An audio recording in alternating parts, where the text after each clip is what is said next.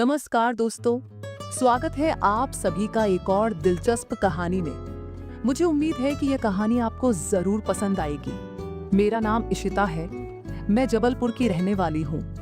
जबलपुर जैसे शहर में जहाँ रिश्तों की अहमियत बहुत गहरी है, वहीं हमारा परिवार भी अपनी सादगी और प्यार के लिए जाना जाता है।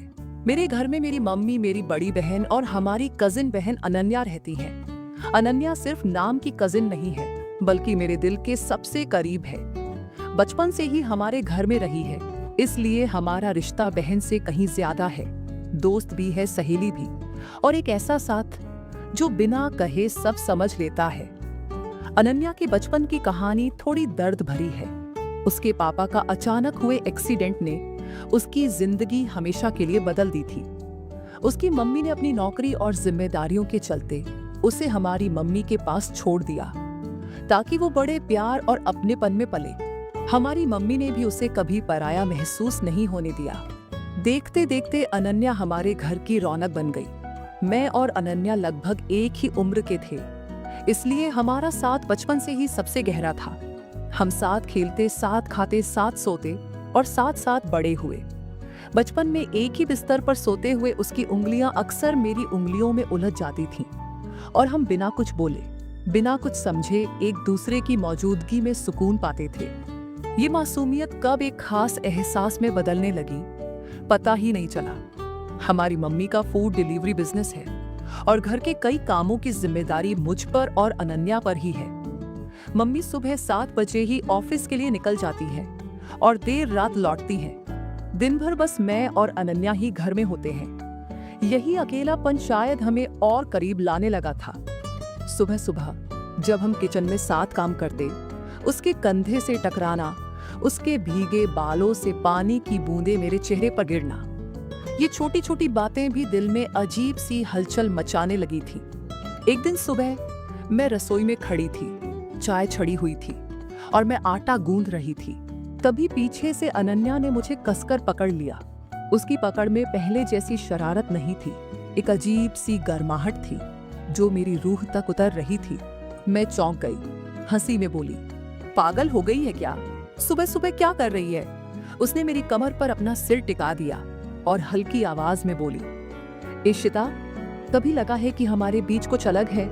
मैं एकदम से सन्न रह गई। उसकी बात सुनकर दिल की धड़कनें बेतहाशा बढ़ गई। मैंने खुद को संभालते हुए कहा, क्या बकवास कर रही है? हम कजिन्स हैं, बहनें हैं और लड़कियां भी हैं।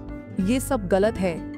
उसकी आंखों में अजीब सा दर्द था, जैसे उसने ये सब कहने में पूरी हिम्मत जुटाई हो। उस दिन के बाद हमारे बीच चुप्पियां बढ़ने लगीं, लेकिन वो चुप्पियां भी कुछ कहती थीं। जब हम साथ बैठते, हमारी नजरें एक दूसरे से बचने लगीं, लेकिन दिल जैसे एक दूसरे की धड़कनें सुन रहे थे। वो पहले जैसी बेझिझक बहन नहीं रही थी और मैं भी उसकी हर क्षण को पहले से अलग महसूस करने लगी थी। एक शाम बारिश हो रही थी। हम बालकनी में खड़े थे। बारिश की बूंदें हमारे चेहरों पर गिर रही थीं। अनन्या ने धीरे से मेरी उंगलियां पकड़ लीं। उसकी उंगलियों की गर्माहट मेरी ठंडी हथेली में बस गई। मैं कुछ नहीं बोली, बस उसकी आंखों में झांकती रही। वहां सवाल भी थे, डर भी और एक बेताबी भी। रात को जब हम अपने कमरे में गए तो हमेशा की तरह एक ही बिस्तर पर लेट गए। पहले हम यूं ही सो जाया करते थे, लेकिन उस रात दोनों करवट बदलकर आमने सामने लेटे रहे। चांदनी खिड़की से छनकर कमरे में आ रही थी और उसकी हल्की रोशनी में अनन्या का चेहरा कुछ और ही लग रहा था। उसने मेरी उंगलियां पकड़ते हुए कहा, इशिता, अगर मैं कुछ कहूं तो क्या तुझे बुरा लगेगा? मैंने हल्के से सिर हिलाया। नहीं, बोल। उसने मेरे चेहरे को हल्के से अपनी हथेली में लिया। उसकी उंगलियों की छुअन ने जैसे मेरे दिल की धड़कनें रोक दी। उसने झुककर मेरे गाल पर अपने होंठ रखे, बस हल्के से, जैसे कोई अपने सबसे कीमती एहसास को छू लेना चाहता हो।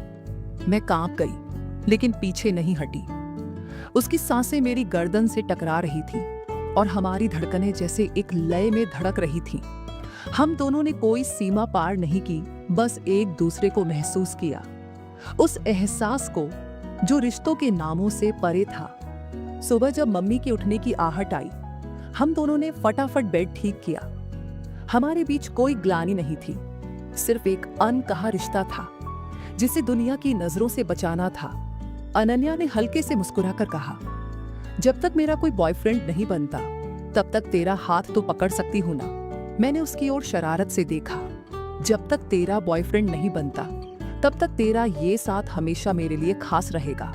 हम दोनों ने अपने कपड़े ठीक किए और हमेशा की तरह मम्मी के सामने वैसे ही हंसते खेलते दिखे जैसे कुछ हुआ ही नहीं। लेकिन हमारे दिलों के किसी कोने में वो एहसास हमेशा के लिए बस चुका था। एक ऐसा प्यार जो दुनिया की नजरों से छुपा हुआ था लेकिन हमारे दिलों में सबसे खूबसूरत था। तो दोस्तों, यह थी मेरी कहानी।